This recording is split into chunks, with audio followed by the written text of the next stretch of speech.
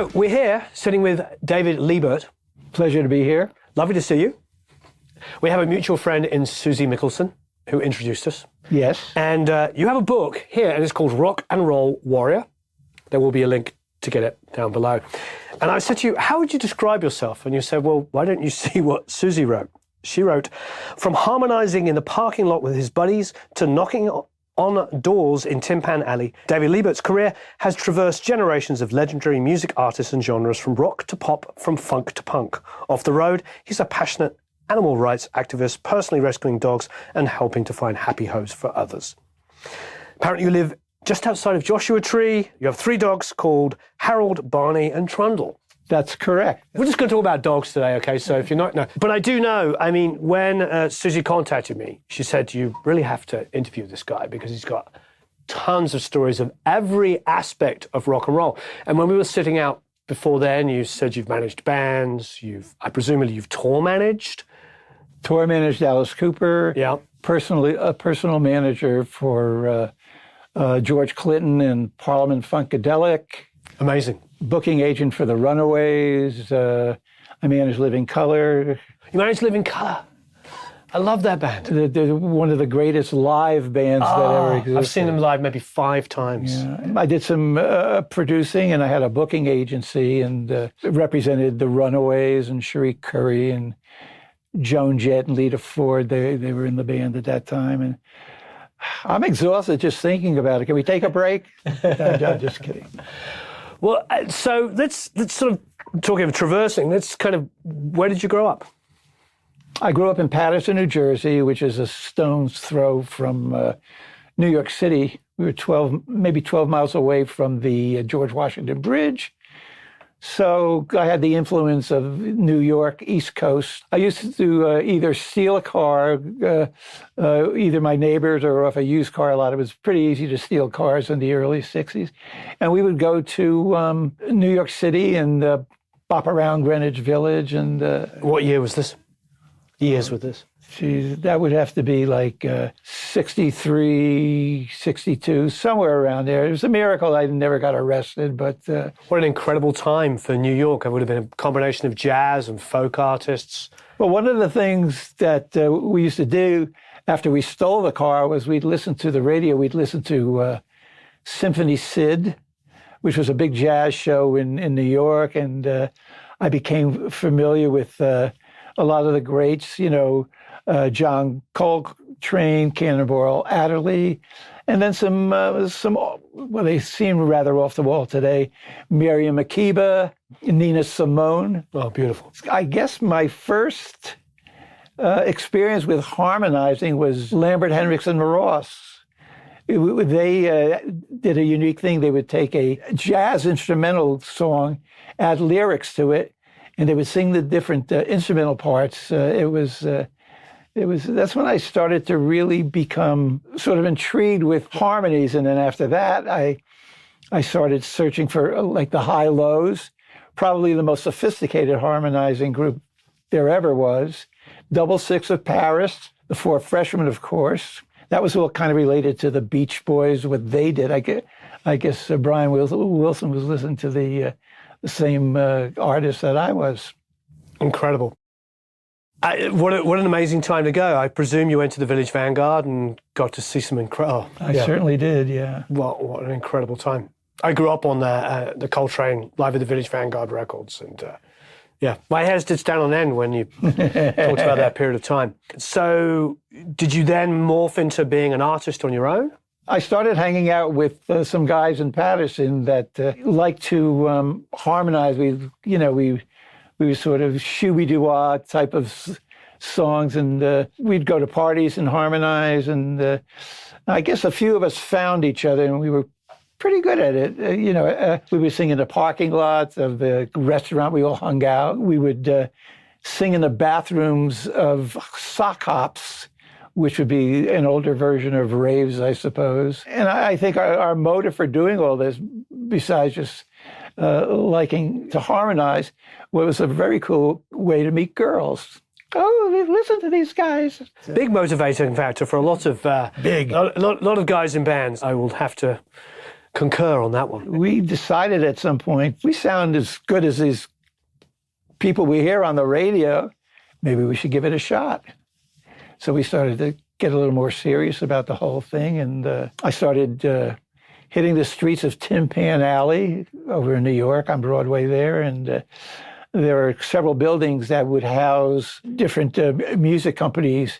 If it was a music publisher, I would say I'm a songwriter. If it was a record company or a production company, I was in a band. One day I stepped into the offices of Bright Tunes, and Bright Tunes turned out to be a company owned by the Tokens, another singing group. They had a few big hits, The Lion Sleeps Tonight. They hired me and our lead singer, Bobby Miranda, to write songs for their publishing company, and gave us a little room with a piano in it, and we started churning out songs. One song, Down, Down, Down, was recorded by the Chiffons. You remember the Chiffons? Of course, yeah. Of course, they were produced by the Tokens, so that they threw it, and they had the publishing, of course. That was the deal. And then Bobby actually wrote a song for a band that was actually produced by George Martin, the Beatles producer, Jerry and the Pacemakers. Jerry and the Pacemakers, yeah. And there was a single release, so we started to get noticed a little bit. And it's incredible. We started meeting people through the Tokens, one of which was Jerry Goffin and Carole King, who we were talking about a little bit earlier. And we did one of Goffin and King's songs. We started to get into the loop there. We started meeting people. Eventually, part of the deal with the Tokens is they had to produce our band, our singing group, which was called The Happenings. And that's when you did the Goffin and King cover? Yes, that was one of it. We recorded a couple of songs and they went nowhere. But then the next session we recorded 3 songs. One of them was See You in September. We didn't really see the value of it. We wanted to release a song that Bobby and I had written instead. Mickey Eichner, the late Mickey Eichner from Jubilee Records, who distributed the Tokens label, BT Puppy Records.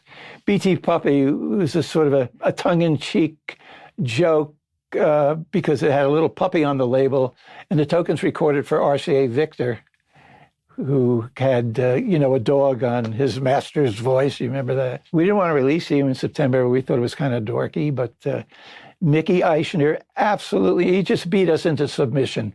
And the rest is history. Yeah. So he was right. He was right. Yeah. And at first we didn't think he was right because we relented. Okay, Mickey, you can put this one out. He sent out 3,000 promo copies to every top 40 station in the country, and not one single radio station decided to play it. Oh. So we thought it was going to be a disaster. So Mickey started to call in favors, and he got WBCN in Boston to give him, he just begged, my life depends on it, please. Give it 3 weeks. I think it's a hit. And they said, all right, Mickey, we'll give the song 3 weeks. We'll give it some decent rotation. So then Mickey started calling every station in New England, Syracuse, New Haven, Buffalo, and said, listen, BCN is on this in Boston. You don't want to, lag behind. And he got a bunch of other. First week in Boston, not much. Second week, kind of a trickle. Third week, it looked even better. It looked good enough for them to decide to give it another week or two. By the fourth week, it was, it was breaking out. And they put it in heavy rotation, and the rest is history. That's fantastic. So where did you go from The Happenings? Because you've got a lot more of a career to cover here, from artist to entrepreneur. Entrepreneur, yes.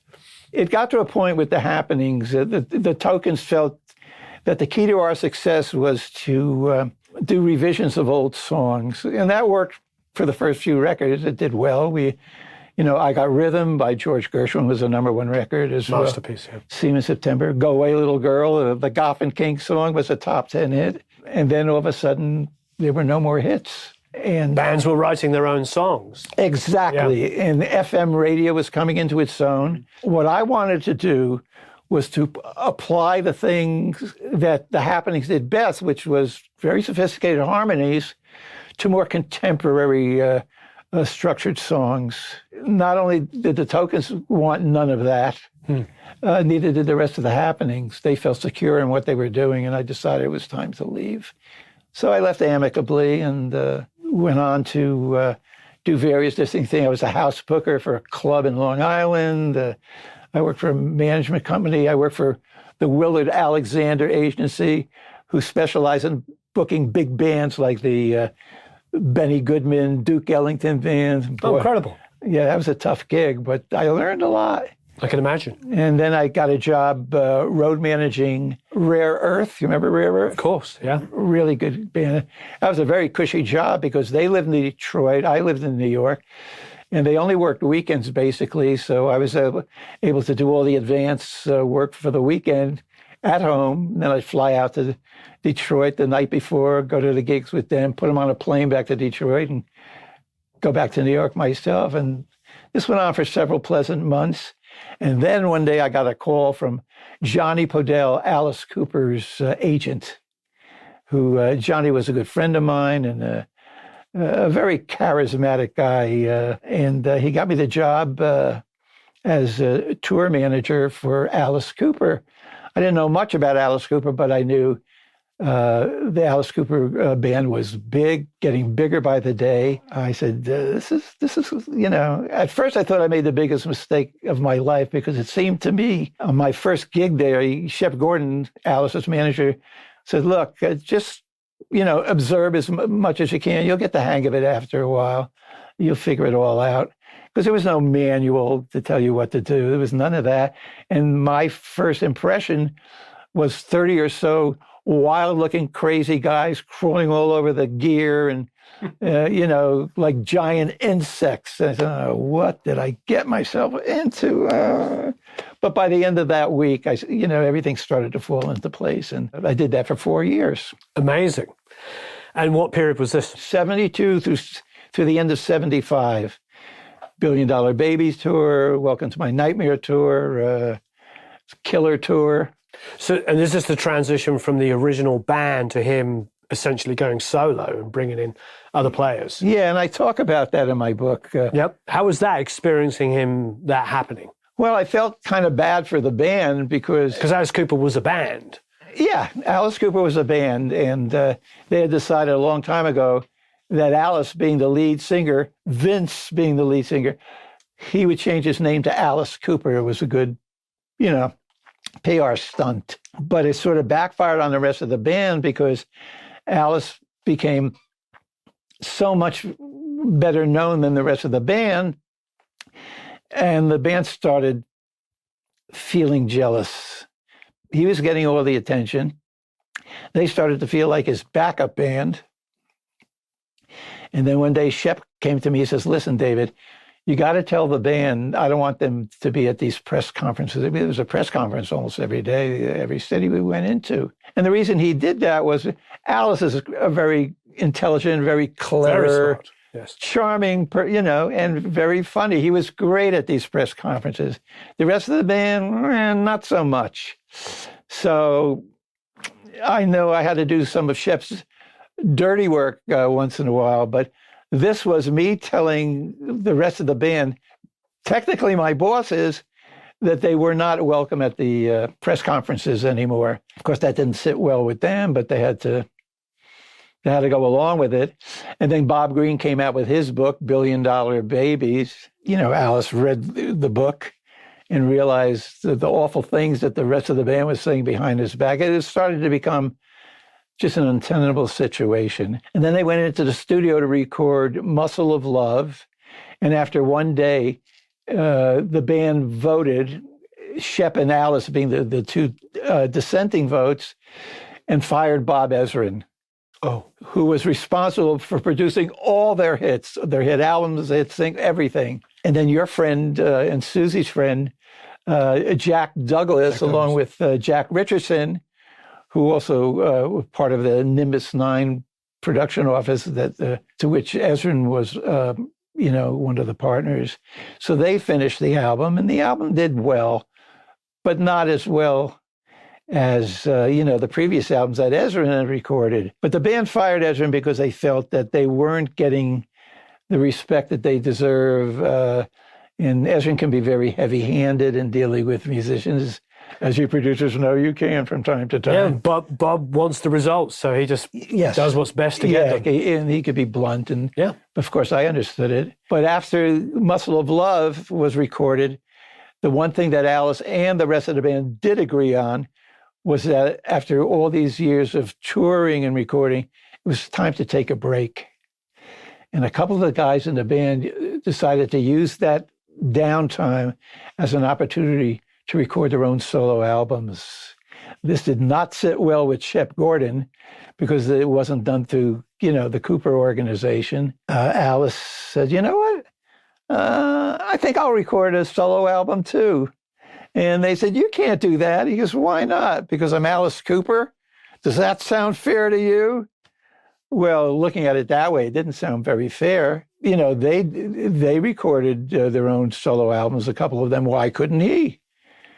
And in the end, I guess Michael Bruce, one of the solo album recorders, and I guess Neil Smith was the other one, decided, well, when it comes to recording the next album, we'll be right back there in the studio. It's just nothing happened. Except they weren't in on that next album, Welcome to My Nightmare. And so now there's no longer an Alice Cooper band. There's just Alice Cooper, the man. And that's sort of how it all kind of went down. It was a little awkward. It was a little uncomfortable for me because I like those guys, especially Dennis Dunaway. He never complained about anything. Wonderful guy, yeah. But the interesting thing is they're all friends today. They even gig together every once in a while under certain circumstances. And we were just about earlier, still write together. Yes. Yeah. But it was Dick Wagner that, replaced at that time Michael Bruce as the co-writer of all the hit songs. And Alice and Dick were very successful. Only Women Bleed is a masterpiece. Yeah. So, but listen, different people have different versions of what happened and what went down, but that's basically my version. I trust you. It seems quite plausible to me, to be honest. Yeah. So where did you go from there? 1976, what was the next point in your career after Alice Cooper? Well, at the end of each tour, it's pretty exhausting, being the tour manager for, an entourage like the whole Alice Cooper thing was really exhausting. So at the end of each tour, I would quit, and Shep would bribe me back with more and more salary increases and bonuses until finally, after 4 years, there just wasn't enough money in the world that he could offer me. That I just felt that I learned so much from, Shep was my mentor. I learned so much from him and from Johnny Bedell as well. Finally, there simply wasn't enough money for Shep to entice me to stay. I was simply burned out. I wanted to move on. I wanted to apply this incredible knowledge that I had absorbed from Shep and Johnny Bedell and apply it to some new endeavors. Johnny offered me a job at his booking agency. I'm sure it had Shep's blessing, otherwise it never would have happened. I guess he assumed that I would still do the logistics and the tour planning, and then somebody else would do the tour managing. Well, it got crazy. I did all the planning, leased the plane and all of that kind of stuff that I used to do. And almost immediately, there was just complete chaos on the road. Not that I'm such a genius, but I've been doing it for so many years. I knew every intrinsic little detail of the job. I pretty much knew what everybody else's job was. Shep couldn't leave the road because he had to do my job, along with hiring 3 other people to help him do it. I had leased a plane. It was a 58-seat F-227, a Fokker prop jet. And it should have been perfect. It was economical. But everybody had like 2 or 3 suitcases. Alice's girlfriend at the time, Cindy Lang, had 3 suitcases, 2 steamer trunks. The stuff just couldn't fit on the plane. It was, a medium-sized plane. So they hired a truck to take all the excess baggage and get to the next town. By the time the truck got to the next town, they were ready to leave to go to the next town. It was insanity. Johnny and I went out to Chicago. I think it was the fourth tour on the itinerary. Shep went to Johnny and says, "Listen, you fire Libert and get him back on the road again, or I'm going to find a new agent to book Alice Cooper."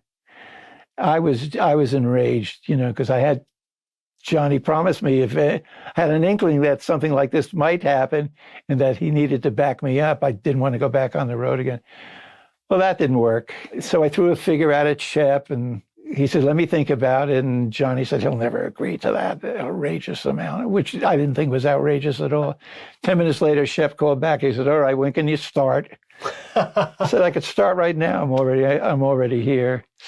Well, I don't think Shep ever forgave me for holding him up like that. He felt I was being ungrateful, disloyal, and I was just playing the cards I was dealt, just like he did every day of his life.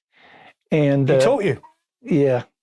Ironically, we were always very civil to one another whenever we ran into each other, which was fairly often because I would always be invited to the Alice Cooper shows and I still had friends there. It was actually this book that kind of brought us back together again. Oh, fantastic. So I that was one of the benefits of writing this book is I think Shep buried the hatchet.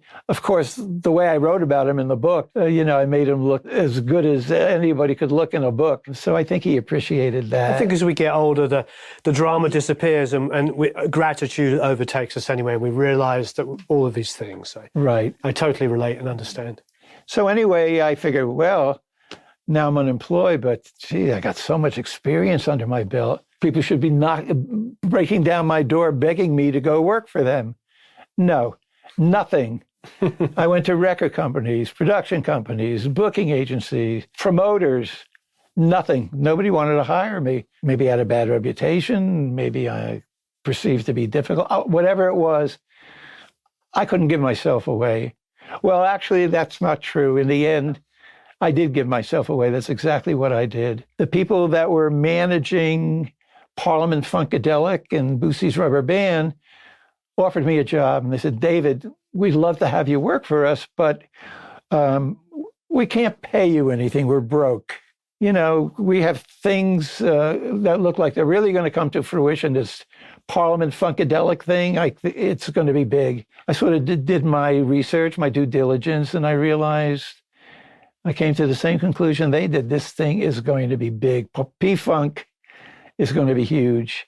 I said, "All right, I'll take the job." They were also managing Boosie's Rubber Band. And so I said, "I'll tell you what, why don't I open up a booking agency and I'll represent the Boosie's Rubber Band with Boosie Collins." And it was an easy one because, first of all, Boosie was the opening act for every P-Funk show, so I know he'd be working quite steadily. I guess they felt so guilty about me working for them for nothing for a few months that they gave me the green light and go ahead. And in the end, not only did I end up with Bootsy, I ended up with George Clinton and the Runaways and the Dead Boys and Evelyn Champagne King, if you remember. So I had the agency for a few years. That proved to be very...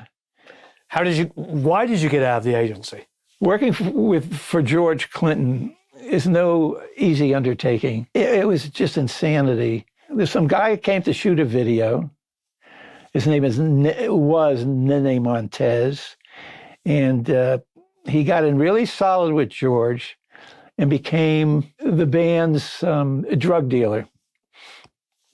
And at first the drugs were for free to, get in.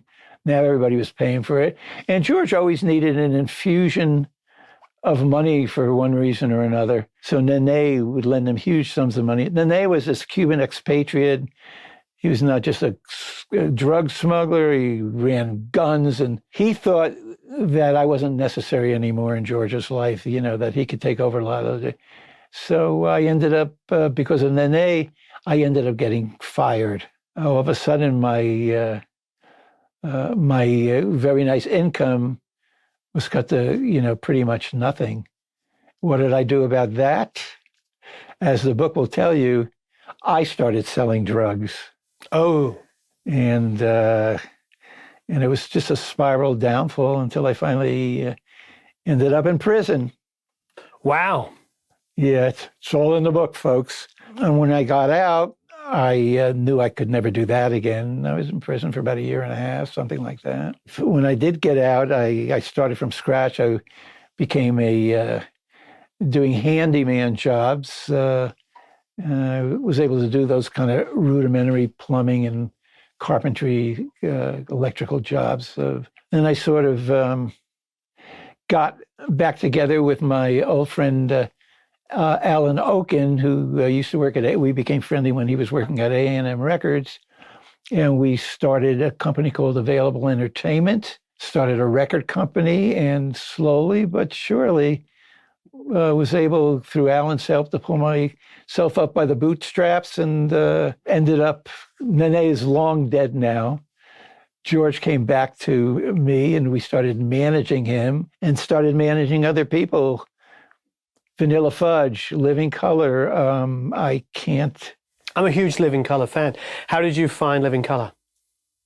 Or how did they find you? I got a call one day from, I can't remember his name now. I was also managing Mother's Finest for a while. Oh, yeah, wonderful. And I got a call one day from Will Calhoun, the drummer, who said, Mother's Finest told me you're okay. And we're sort of kicking around the idea of getting back together again. They hadn't been together for several years at this point. And I said, well, let me see if I could put together a little tour on the West Coast, sort of like a Living Color litmus test.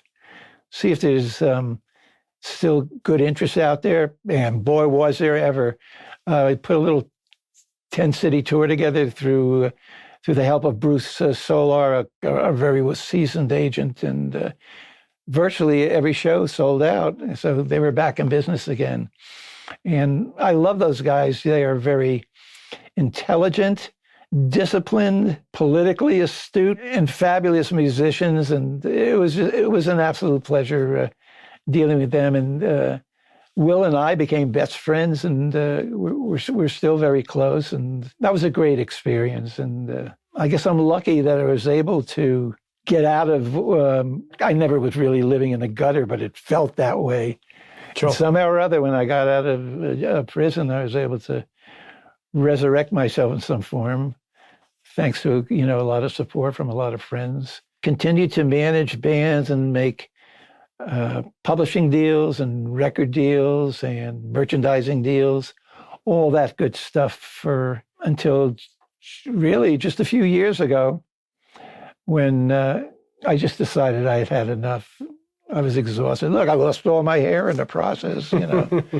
That's when I moved to Yucca Valley, out by Joshua Tree in the high desert out here in California.